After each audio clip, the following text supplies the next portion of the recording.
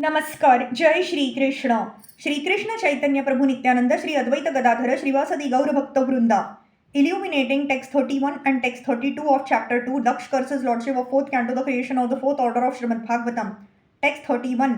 एष एव हि लोकानां शिवः पन्थः सनातनः यमो पूर्वे चानु संतस्थुर यत प्रमाणं जनार्दनः. The Vedas give the eternal regulative principles for auspicious advancement of human civilization, which have been rigidly followed in the past. The strong evidence of this principle is the Supreme Personality of Godhead, who is called Janardana, the well-wisher of all living entities. In the Bhagavad Gita, the Supreme Personality of Godhead, Krishna, has claimed that he is the father of all living entities regardless of form.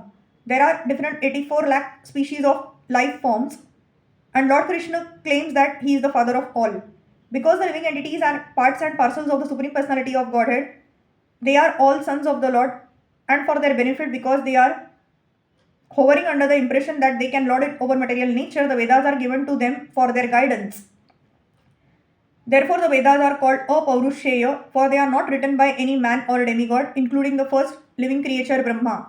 Brahma is not the creator or author of the Vedas.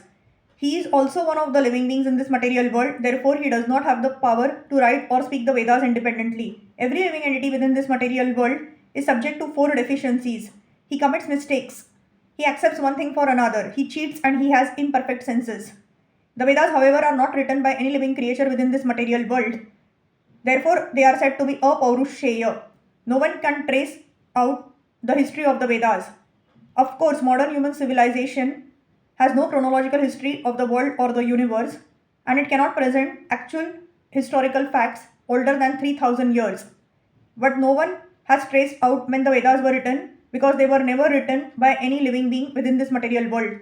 All other systems of knowledge are defective because they have been written or spoken by men or demigods who are products of this material creation, but Bhagavad Gita is apaurushaya,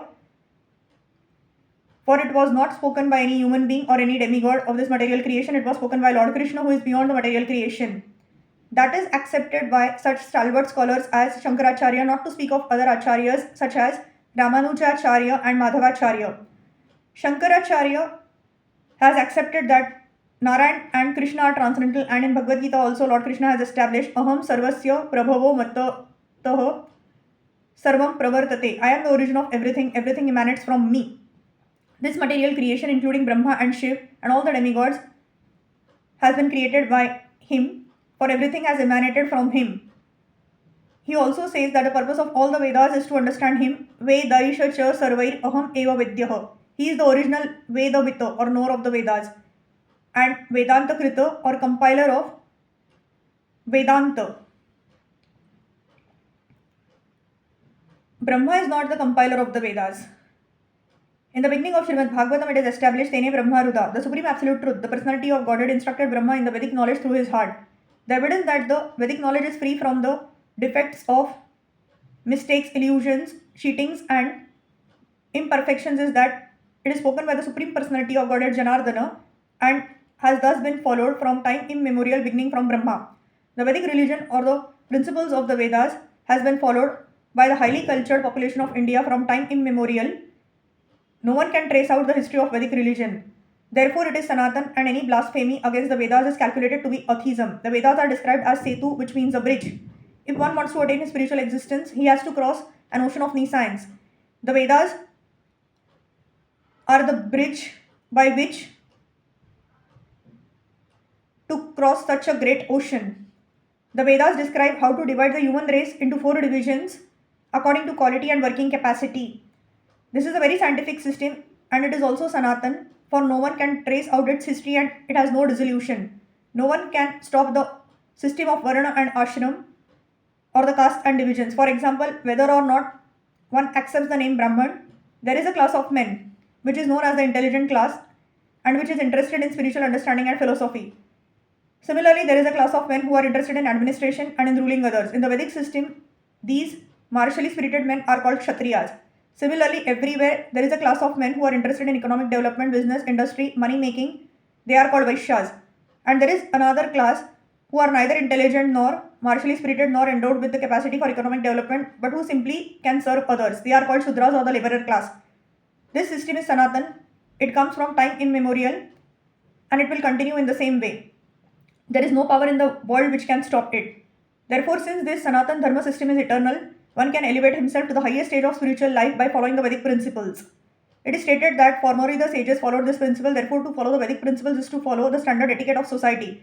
But the followers of Lord Shiv, who are drunkards, who are addicted to intoxicants and sex life, who do not bath and who smoke ganja, are against all human etiquette. The conclusion is that persons who rebel against the Vedic principles are themselves the evidence that the Vedas are authoritative, because by not following the Vedic principles they become like animals. Such animalistic persons are themselves evidence of the supremacy of the Vedic regulations. Text 32. Tada Brahma Param Shuddham Satam Vartama Sanatanam Vigarhaya Yata Pashandam Daivam Vo Yatra Bhutarata.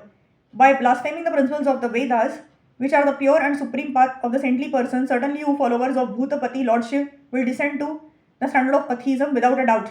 Lord Shiv is described here as Bhutarat. The ghosts and those who are situated in the material mode of ignorance are called Bhutas. So Bhutarat refers to the leaders of the creatures who are in the lowest standard of the material modes of nature. Another meaning of Bhut is anyone who has taken birth or anything which is produced. So in that sense, Lord Shiv may be accepted as the father of this material world. Of course, Bhrigu Muni takes Lord Shiv as the leader of the lowest creatures. The characteristics of the lowest class of men have already been described. They do not bath, they have long hair on their heads, and they are addicted to intoxicants. In comparison with the path followed by the followers of Bhutarat, the Vedic system is certainly excellent, for it promotes people to spiritual life as the highest eternal principle of human civilization. If one decries or blasphemes the Vedic principles, then he falls to the standard of atheism. Hare Krishna, Krishna Krishna, Hare Hare, Hare Ram, Ram Ram, Hare Hare.